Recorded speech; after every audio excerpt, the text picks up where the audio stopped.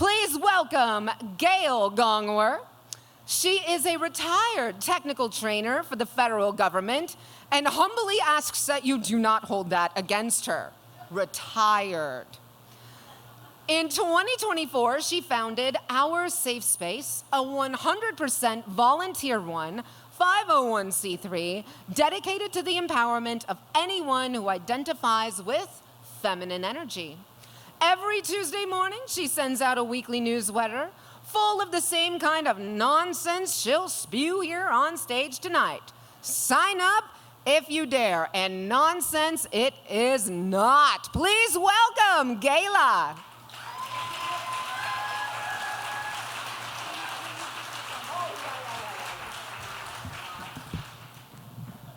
We have to put it down to child's pose. Is this good? Yeah, I think so. You got it. All right. All right. Take it away. All right, then. Here I am. I don't even know if I want to follow Mel. I don't know. She was pretty awesome. Okay, let's see where I can see this. You ready? Okay, here we go. Can you hear me? Can you hear me now? Yes. Looks like your car needs new tie rods, miss. Says the mechanic, wiping his hands on his rag. I just stare. Tie rods.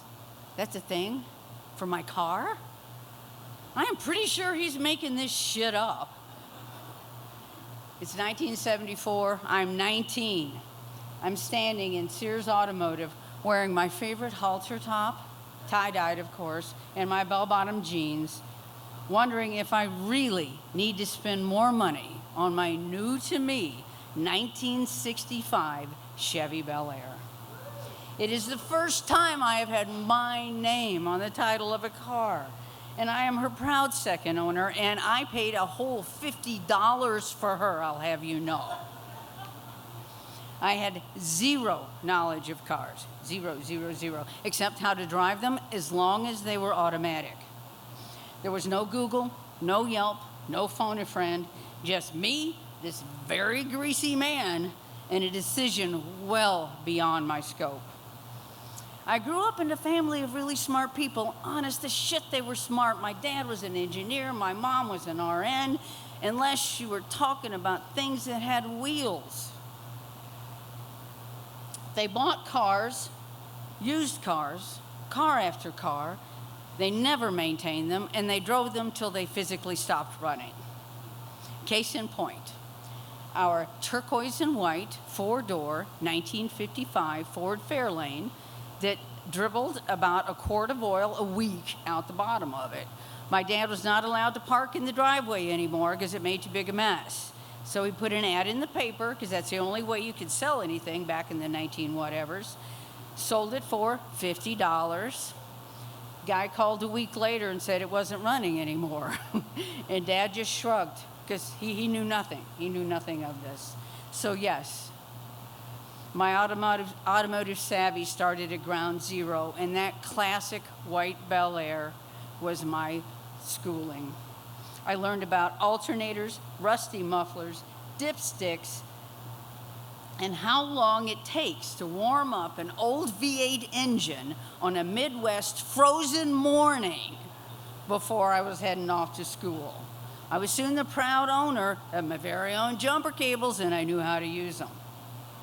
But driving a car the size of a boat was really hard on campus, so I soon traded her for used car number 2. It was a 1960 classic VW Bug. It was avocado and green colored modeled because it had some body boo-boos, and they just fixed it with spray paint. That winter, I accidentally discovered that because the car had the engine in the back, that I could just trampoline way over the snowdrifts, unlike the giant cars that were made out of metal, like my Bel Air did. It was great. It was great.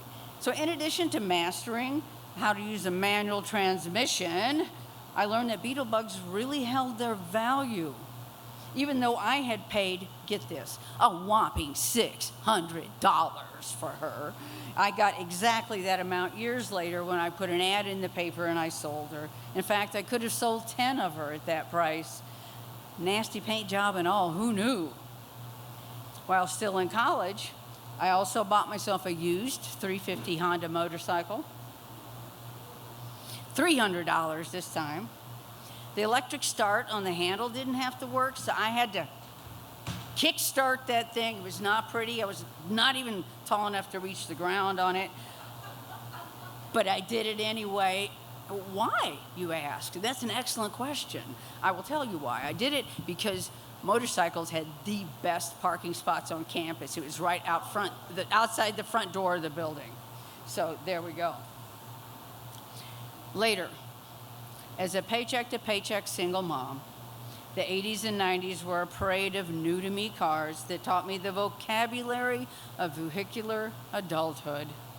Timing chains, brake pads, shocks and struts, radiators, spark plugs, distributor caps, and fuel pumps.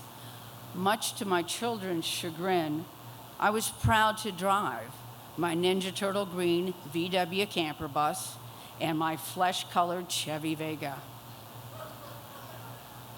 I was devastated one sunny winter morning to discover that my trustiest steed, a white four-door Ford Escort with over 100,000 miles on it, had been stolen from the parking lot where I lived.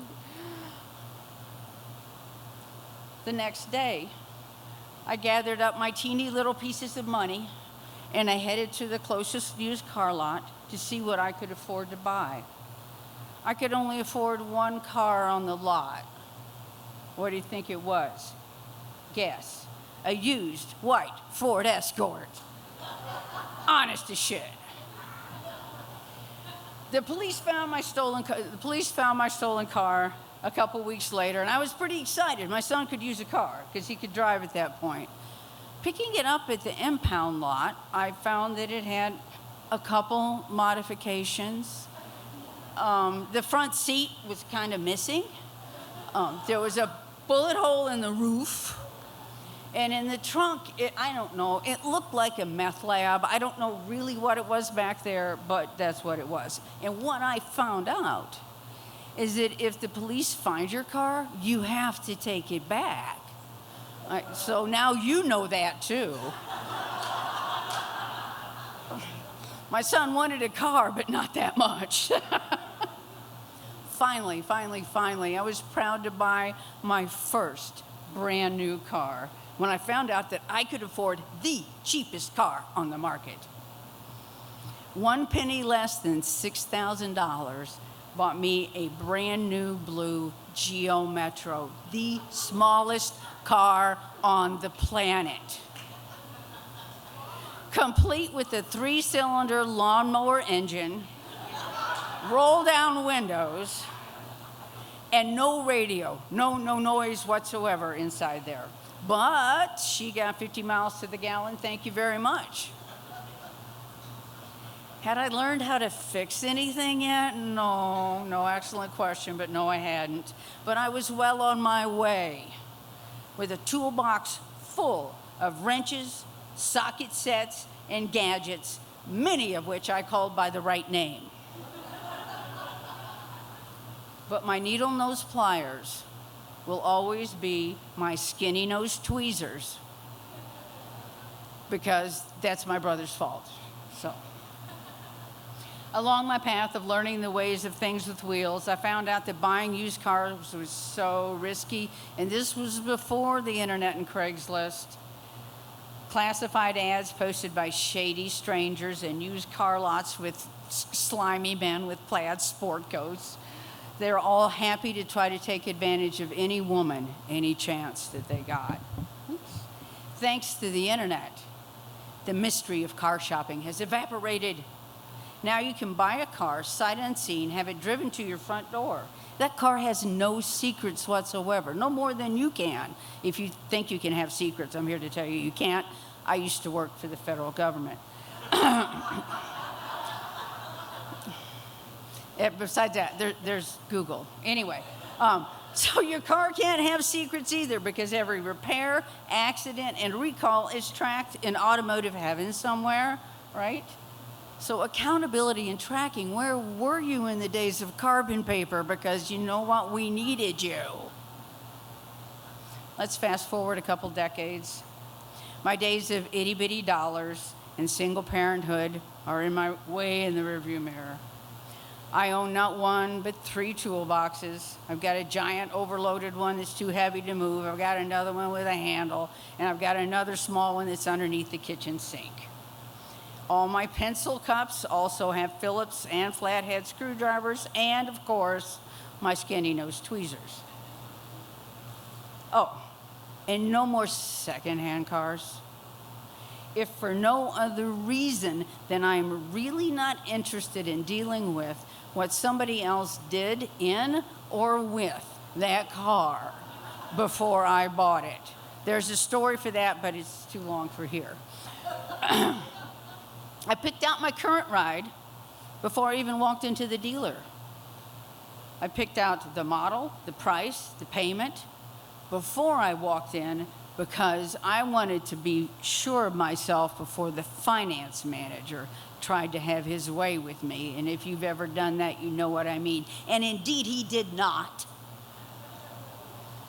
Because, ma'am, your tie rods need work is a distant but motivating memory.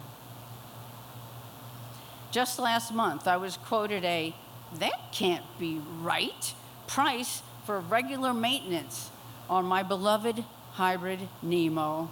I call her Nemo because I had to look so hard to find her. I thanked the fella at the dealer for his time. I took his suggested retail price quote and headed to my laptop. First, I bought and changed 2 filters myself. Thank you, YouTube. And I saved myself about, $1 million, I think. And then you can look for my upcoming show on NPR this fall. Chat, GPT, and Yelp helped me find a reliable local mechanic who did the repairs for less than half of the quoted price from the dealer. And they paid for an Uber back and forth to my house. #winning. Pretty sure I know where I'm going next time Nemo is in need. It's not that I know a lot about cars. It's just that I paid attention and learned what went wrong along the way, just like life. Gone are the days when I open the hood of my car and go, I don't know, looks like just a bunch of dark, greasy shapes to me, and closed it. Oh, by the way, hybrids aren't greasy, just to let you know. Every obstacle was an opportunity to learn a new thing, to make the next bump in the road just a little more smoother, giving me the confidence to act like know what I'm talking about, even when I don't. And let me tell you, that comes in handy when you go into AutoZone and you're going in for your monsoon wiper blades, and you don't feel like paying $50, because if you leave it to them, you know what? You will. They don't have to cost $50. So here's your pro tip from someone who spent years getting paid to stand in front of people and talk and teach, often having to train things that I just learned 5 minutes ago. Again, federal government. Just honest as shit. Like how to read, write, and speak in Hawaiian. They only have 13 letters in their alphabet, and 5 of them are vowels. Anyway, it's not for the faint of heart. So here's the magic. You stand tall. This is as tall as I get. You stand tall, you speak loudly, you project, and you take your time, and people will always believe everything you have to say. Honest to shit, even when you're making it up. Confidence doesn't come from knowing everything. It comes from learning when you have the chance, saying no when it makes sense, using the tools at your disposal, #Wi-Fi. If you need a tool that you haven't developed yet, you know what, just shoot me a text, because I'm your girl. Because you know what? I got 3 sizes of pipe wrench in my toolbox right now. And they are great for self-defense.